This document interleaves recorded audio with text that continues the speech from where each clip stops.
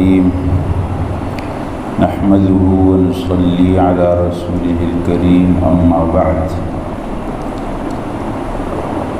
فعن بهز بن حكيم عن أبيه عن جده رضي الله تعالى عنه أنه سمع رسول الله صلى الله عليه وسلم يقول في قوله تعالى كنتم خير أمة أخرجت للناس قال أنتم تتمون 70 أمة أنتم خيرها وأكرمها على الله تعالى رواه الترمذي وابن ماجه والدارمي وقال الترمذي هذا حديث حسن رب اشرح لي صدري ويسر لي أمري واحلل عقدة من لساني يفقهوا قولي سبحانك لا علم لنا إلا ما علمتنا إنك أنت العليم الحكيم اللهم ألهمني رشدي وأعذني من شر نفسي اللهم انفعني بما علمتني وعلمني ما ينفعني وزدني علما وزدني حلما يا رب صل وسلم دائما أبدا على حبيبك خير الخلق كلهم. یہ موقع ہے مشکات شریف آپ کے سامنے اس کی آخری حدیث پڑھی گئی ہے، اس پر مختصر سی بات ہوگی. میں چند مختصر باتیں آپ کے سامنے عرض کرتا ہوں، آپ حضرات کی پوری توجہ ہوگی تو انشاءاللہ بات آسان ہو جائے گی اور آپ لوگوں کو بھی فائدہ ہو جائے گا. یہ موقع ہے حدیث، یعنی ہم حدیث کی کتاب پڑھ رہے ہیں.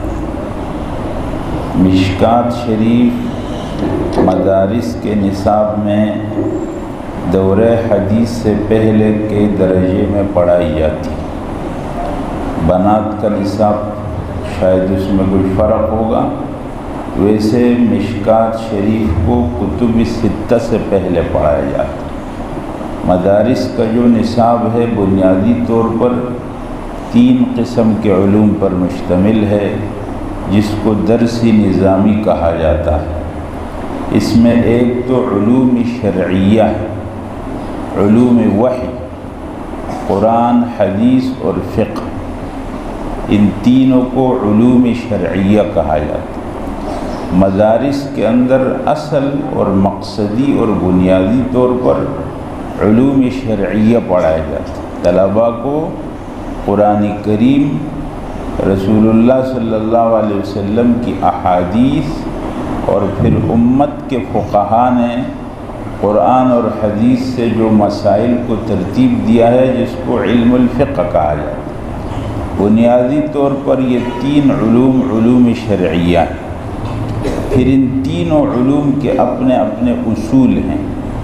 تفسیر کے اپنے اصول، حدیث کے اپنے اصول اور فقہ کے اپنے اصول. تو یہ 6 علوم علوم شرعیہ کہلاتے ہیں.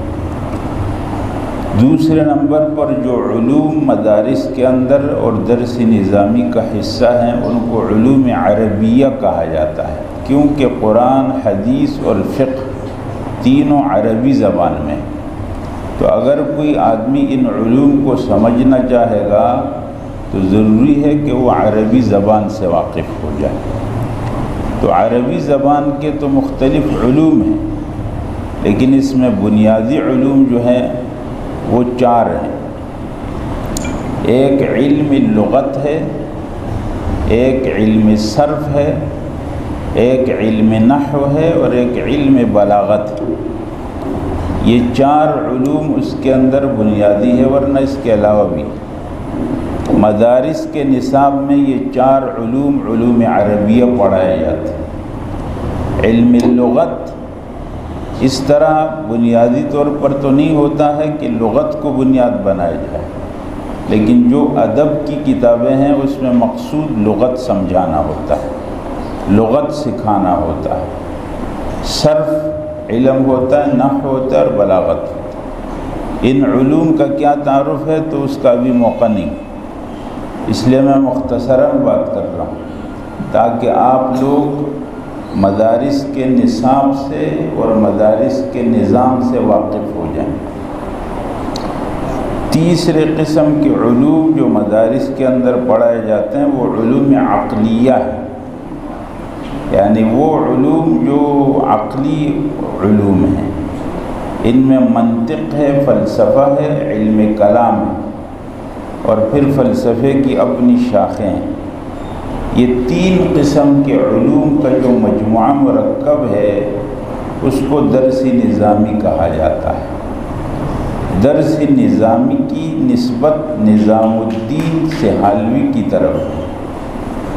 سہالی یہ لکھنؤ کے پاس ہندوستان میں ایک بستی ہے، اس کے یہ عالم رہنے والے تھے، اور لکھنؤ کے اندر یہ منتقل ہوئے تھے، اور جو اورنگزیب عالمگیر مغل بادشاہ تھا اس نے ان کو ایک لکھنؤ کے اندر ایک انگریز تاجر کی کوٹی تھی جس کو فرنگ محل کہتے تھے، وہ انتقال ہوا تو اس کا کوئی وارث نہیں تھا، تو وہ کوٹی انہوں نے ان مولانا نظام الدین سہالوی کو دے دی۔ وہیں پر ایک مدرسہ قائم ہوا فرنگ محل کا۔ یہ علماء کا خاندان تھا اور اس میں بڑے نامور علماء ہیں، مولانا عبدالحی صاحب، مولانا عبدالعلی صاحب، اور آخر میں مولانا عبدالشکور صاحب لکھنؤ کے، جن کو امام اہل سنت کہا جاتا ہے۔ یہ سب اسی خاندان کے تھے۔ مولانا نظام الدین سہالوی نے یہاں جو نصاب بنایا وہ درس نظامی نصاب نظامی کہلاتا، اور بعد کے ادوار میں اس میں تبدیلیاں ہوتے رہیں۔ 1866 کے اندر دارالعلوم دیوبند بنا ہے ہندوستان میں، تو انہوں نے اس نصاب کو کچھ تبدیلیوں کے ساتھ لیا۔ تبدیلیاں تو اس میں کافی ہوئی ہیں، لیکن نام اس کے اوپر اب بھی درس نظامی کا ہے۔ یہ درس نظامی 8 سال پر مشتمل ہے، اور جو ہماری بچیاں ہوتی ہیں بنات خواتین وہ اس کو 6 سال میں پڑھتی ہیں۔ 6 سال میں ان کے نصاب میں کچھ کتابیں جو ان کی ضرورت کی نہیں ہے وہ کتابیں نکال لی گئی، تو طلباء اس نصاب کو 8 سال میں پڑھتے ہیں اور طالبات اس نصاب کو 6 سال میں پڑھتی ہیں۔ اس کا جو آخری سال ہے اس کو دورہ حدیث کہا جاتا ہے۔ دورہ حدیث میں صرف حدیث کی کتابیں ہوتی ہیں اور سند کے ساتھ وہ حدیثیں پڑھائی جاتی ہیں، جس میں حدیث پڑھانے والا استاذ اپنی سند رسول اللہ صلی اللہ علیہ وسلم تک پہنچاتا ہے۔ اس دورہ حدیث میں جو کتابیں ہیں وہ 6 کتابیں بخاری، مسلم، نسائی، ترمذی، ابو داؤد، ابن ماجہ، 6 یہ کتابیں، اور ان کے علاوہ 2 کتابیں ہیں موطئین کی، موطا امام مالک اور موطا امام محمد۔ یہ حقیقت میں ایک کتاب ہے۔ امام مالک رحمہ اللہ کی موطا ہے، لیکن ایک جگہ اس کا راوی یحییٰ ہے تو اس سے موطا امام مالک بنی ہے، اور دوسرا اس کا راوی امام محمد ابن الحسن شیبانی ہے تو اس سے موطا امام محمد بنی، اور ایک اور کتاب اس میں امام طحاوی رحمہ اللہ کی شرح معانی الآثار ہے۔ اور بنات کے نصاب میں یہ کتابیں اس کا منتخب حصہ ہوتا ہے، اور بنین کے حصے میں یہ کتابیں تقریباً نسائی، ابن ماجہ اور طحاوی کے پوری پڑھائی جاتی ہے۔ دورے کے اندر جو کتابیں ہوتی ہیں اس میں سند ہوتی ہے، یعنی ہر حدیث کے ساتھ وہ مصنف اپنی سند رسول اللہ صلی اللہ علیہ وسلم تک پہنچاتا ہے، اور کتاب پڑھانے والا اپنی سند مصنف تک پہنچا دیتا ہے۔ اس طریقے سے سند پوری ہو جاتی ہے۔ تو دور حدیث کا بنیادی مقصد اور غرض اتصال سند، سند متصل ہو جائے رسول اللہ صلی اللہ علیہ وسلم تھے۔ اس لیے دور حدیث کے اندر حدیث کے اوپر تشریحات مقصود نہیں ہیں، وہ تشریحات دور حدیث سے قبل ایک اور کتاب جو آپ کے سامنے ہے مشکات المصابیح، اس میں مباحث ہوتی ہے۔ اس میں جو استاد ہوتا ہے پڑھانے والا، وہ احادیث کے حوالے سے جو تشریحات ہیں وہ بیان کر دیتا ہے۔ دور حدیث میں مقصود صرف اتصال سند ہے۔ اگر کچھ اساتذہ وہاں بھی تشریحات کرتے ہیں تو وہ اپنی ایک بات ہے، لیکن اصل جو منہج ہے وہ یہ ہے۔ تو اب آپ کے سامنے جو کتاب ہے وہ ہے حدیث مشکات المصابیح۔ مشکات المصابیح میں بنیادی طور پر دو کتابیں ہیں، ایک کتاب ہے مصابیح السنہ اور ایک ہے مشکات المصابیح۔ مصابیح السنہ یہ علامہ بغوی کی کتاب ہے، علامہ بغوی جنہوں نے تفسیری بغوی بھی لکھی، اور مشکات المصابیح یہ علامہ ولی الدین الخطیب التبریزی کی۔ تو اب یہ آخری حدیث میں آپ کے سامنے پڑھتا ہوں۔ رسول اللہ صلی اللہ علیہ وسلم فرماتے ہیں، اللہ تعالیٰ کا یہ قول، کنتم خیر امت اخرجت للناس، یہ آیت قرآن کریم کا ایک حصہ ہے جس میں اللہ تعالیٰ امت مسلمہ کو یہ فرماتے ہیں کہ تم بہترین امت ہو، لوگوں کے فائدے اور نفع کے لیے تم نکالے گئے، اس لیے تمام امتوں کے اندر افضل امت امت محمدیہ۔ یہ آیت میں یہ بات موجود ہے۔ رسول اللہ صلی اللہ علیہ وسلم نے اس آیت کی تشریح میں فرمایا، انتم تتمون 70 امتاً، تم 70 امتوں کو پورا کرنے والے، یعنی تم سے پہلے جو بڑی بڑی امتیں گزری ہیں وہ 70، اور تم اس گنتی کو پورا کرنے والے آخری امت ہو، تمہارے آنے سے امتیں پوری ہو گئی۔ یہ آخری امت، اور آخری امت کے ساتھ رسول اللہ صلی اللہ علیہ وسلم کی ختم نبوت لازم۔ جب یہ امت آخری تو رسول اللہ صلی اللہ علیہ وسلم بھی آخری۔ اب آپ علیہ السلام کے بعد کوئی پیغمبر نہیں، اور اس امت کے بعد کوئی امت نہیں۔ آپ علیہ السلام خاتم النبیین یا خاتم النبیین، اور آپ کی امت خاتم الامم یا خاتم الامم۔ تو آپ علیہ السلام فرماتے ہیں، انتم تتمون 70 امتاً، تم پورا کرنے والے ہو 70 امتوں کو، تمہارے آنے سے وہ امتیں پوری ہو گئی، تم اس کا آخری عدد۔ آگے فرمایا، انتم خیرها و اکرمها علی اللہ، ان امتوں میں سب سے افضل اور اکرم، عزت والی، شرافت والی، مرتبے والے تم لوگ۔ تو آپ علیہ السلام نے اپنی امت کی فضیلت بیان کی۔ حضرات یہ تو اس حدیث کے بارے میں مختصر بات ہو گئی، میں چند باتیں اس مجلس کی مناسبت سے آپ کے سامنے کرتا ہوں تاکہ ہم سب کا فائدہ ہو جائے۔ دیکھو، اللہ جل جلالہ کی رحمت کو حاصل کرنے کے لیے 2 دروازے ہمارے پاس، ایک دروازہ قرآن کریم اور دوسرا رسول اللہ صلی اللہ علیہ وسلم۔ ہمارا تعلق قرآن کریم سے ہو جائے اور ہمارا تعلق رسول اللہ صلی اللہ علیہ وسلم سے ہو جائے تو اللہ کی رحمت ہم پر برسے گی۔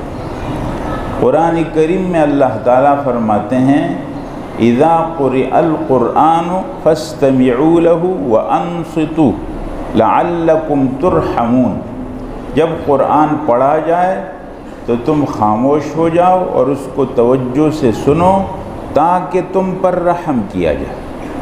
لہٰذا قرآن کریم سے علم کا اور ادب کا تعلق یہ اللہ کی رحمت کا سبب ہے۔ نمبر 2 آیت میں اللہ فرماتے ہیں وَهَذَا كِتَابٌ أَنزَلْنَاهُ مُبَارَكٌ فَاتَّبِعُوهُ وَاتَّقُوا لَعَلَّكُمْ تُرْحَمُونَ، یہ برکت والی کتاب ہم نے نازل کی ہے، تم اس کی اتباع کرو اور تقوی اختیار کرو تاکہ تم پر رحم کیا جائے۔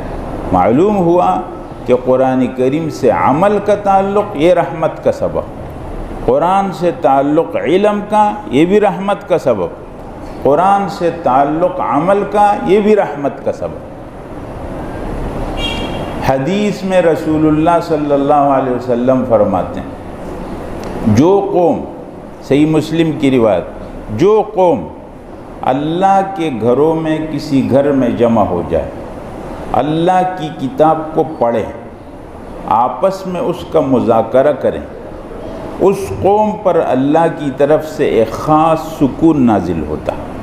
اب آپ دیکھیں، آپ جتنے حضرات بیٹھے ہوئے ہیں کیا آپ ایک سکون کی حالت میں ہیں یا نہیں؟ نمبر 2، ایسی مجلس کو اللہ کی رحمت ڈھانپ لیتی، فرشتے ان کو گھیر لیتے اور اللہ کے پاس خاص مجلس میں ان لوگوں کا تذکرہ ہوتا۔ دیکھو اللہ کی رحمت سے ہم رشتہ جوڑیں گے تو اللہ کی رحمت ہم پر ہو جائے۔ تو یہ جو مجالس ہیں یہ مجالس اللہ کی رحمت کا سبب ہے، ان مجالس سے آپ لوگ تعلق جوڑیں، اور یہ جو مدارس آپ کے علاقوں محلوں میں ہیں یہ ہمارے پورے علاقے کے لیے اللہ کی رحمت کا سبب ہے۔ دنیا والے کیا بولتے ہیں ان باتوں کا کوئی اعتبار نہیں، آدمی کو حقیقت کو دیکھنا چاہیے کہ حقیقت کیا ہے۔ دوسری بات یہ ہے کہ رسول اللہ صلی اللہ علیہ وسلم سے تعلق رحمت ہے۔ آپ علیہ السلام کو اللہ تعالیٰ نے رحمت للعالمین بنا کر کے بھیجا ہے، اور آپ کی اتباع میں اللہ نے رحمت رکھی اس امت کے لیے، اور رسول اللہ صلی اللہ علیہ وسلم، حضرت توجہ میری طرف، میں ایک اہم بات آپ کے سامنے کہنا چاہتا ہوں، اور وہ اہم بات آپ کی سمجھ میں آ گئی انشاءاللہ، اللہ کرے کہ آپ سب کی سمجھ میں آ جائے تو میرے یہاں آنے کی قیمت مجھ کو وصول ہو جائے گی۔ آپ حضرات کی پوری توجہ ہے۔ قرآن کریم میں اللہ تعالیٰ فرماتے ہیں، قرآن کریم میں اللہ تعالیٰ فرماتے ہیں، حضرات یہ بات میں آپ سے دہراؤں گا، یہ میرا سبق ہے، میں آپ کو سناؤں گا اور آپ سے بھی سنوں گا، اور یہ پوری امت کا سبق ہے۔ اللہ تعالیٰ قرآن کریم میں فرماتے ہیں لَقَدْ كَانَ لَكُمْ فِي رَسُولِ اللَّهِ أُسْوَةٌ حَسَنَةٌ لَقَدْ كَانَ لَكُمْ فِي رَسُولِ اللَّهِ أُسْوَةٌ حَسَنَةٌ، تمہارے لیے اللہ کے رسول صلی اللہ علیہ وسلم خوبصورت نمونہ ہے۔ رسول اللہ صلی اللہ علیہ وسلم کیسے نمونہ ہے؟ خوبصورت نمونہ ہے، لہذا رسول اللہ صلی اللہ علیہ وسلم کا ہر طریقہ خوبصورت ہے، اور آپ علیہ السلام کے طریقے کے علاوہ طریقے خوبصورت نہیں ہے۔ اگر امت کا کوئی آدمی اپنے آپ کو مسلمان کہنے والا رسول اللہ صلی اللہ علیہ وسلم کے طریقے کے خلاف کو خوبصورت سمجھتا ہے، وہ گمراہی میں مبتلا ہے، وہ غلطی میں مبتلا ہے۔ ایسا نہیں ہے، عمل میں ٹھیک ہے کوتاہی ہو جائے گی لیکن اپنے عقیدے ٹھیک کرو۔ رسول اللہ صلی اللہ علیہ وسلم کا طریقہ کیا حضرات؟ خوبصورت ہے، اور آپ علیہ السلام کے طریقے کے علاوہ طریقہ کیا ہے؟ خوبصورت نہیں ہے، خوبصورت نہیں ہے۔ اگر دنیا والے کہتے ہیں ہمارا ان سے اتفاق نہیں ہے، ہم آپ علیہ السلام کے ہر طریقے کو خوبصورت کہتے ہیں، اور آپ علیہ السلام کے طریقے کے خلاف کو خوبصورت نہیں کہتے۔ دنیا کہتی ہے بہت خوبصورت نظر آ رہا ہے، بہت سمارٹ نظر آ رہا ہے، بہت اچھا نظر آ رہا ہے، غلط کہتی ہے۔ خوبصورت وہ ہے جو رسول اللہ صلی اللہ علیہ وسلم کے طریقے۔ اپنے اس عقیدے اور فکر کو ٹھیک کرنا پڑے گا۔ اگر کوئی آدمی داڑھی رکھتا ہے یہ ماننا پڑے گا عقیدے کے اندر خوبصورت وہ ہے. جو آدمی بالکل صاف کرتا ہے، قینچی کرتا ہے، عمل کی کوتاہی میں مبتلا لیکن عقیدہ ٹھیک رکھ کے کہ خوبصورت نہیں ہے، وہ یہ ماننا پڑے گا اس کو ہر بات میں. یہ میری بات سن لو میرے پیاروں، میرے بھائیوں، مسلمان بزرگوں، بچوں، سب کو کہہ رہا ہوں، اپنے عقیدوں کو کم از کم ٹھیک کرو. ہم فکری طور پر کیوں گمراہ ہو گئے؟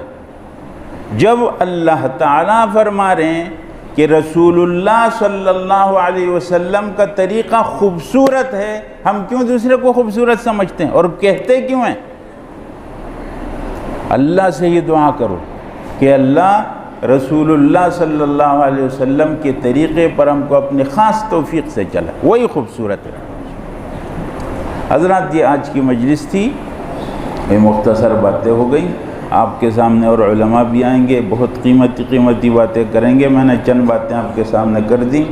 اللہ تعالیٰ ان بچیوں کو بہت مبارک کرے جنہوں نے کتاب ختم کی، اور ان کے استاذوں کو اللہ مبارک کرے جنہوں نے کتاب ان کو ختم کرائی، اور ان کے ماں باپ کو اللہ مبارک کرے کہ انہوں نے اپنی بچیوں کو اس کام کے لیے ان کا وقت نکالا.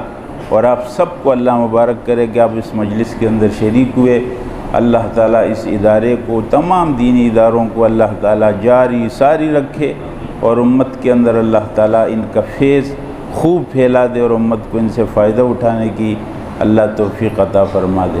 وآخر دعوانا الحمد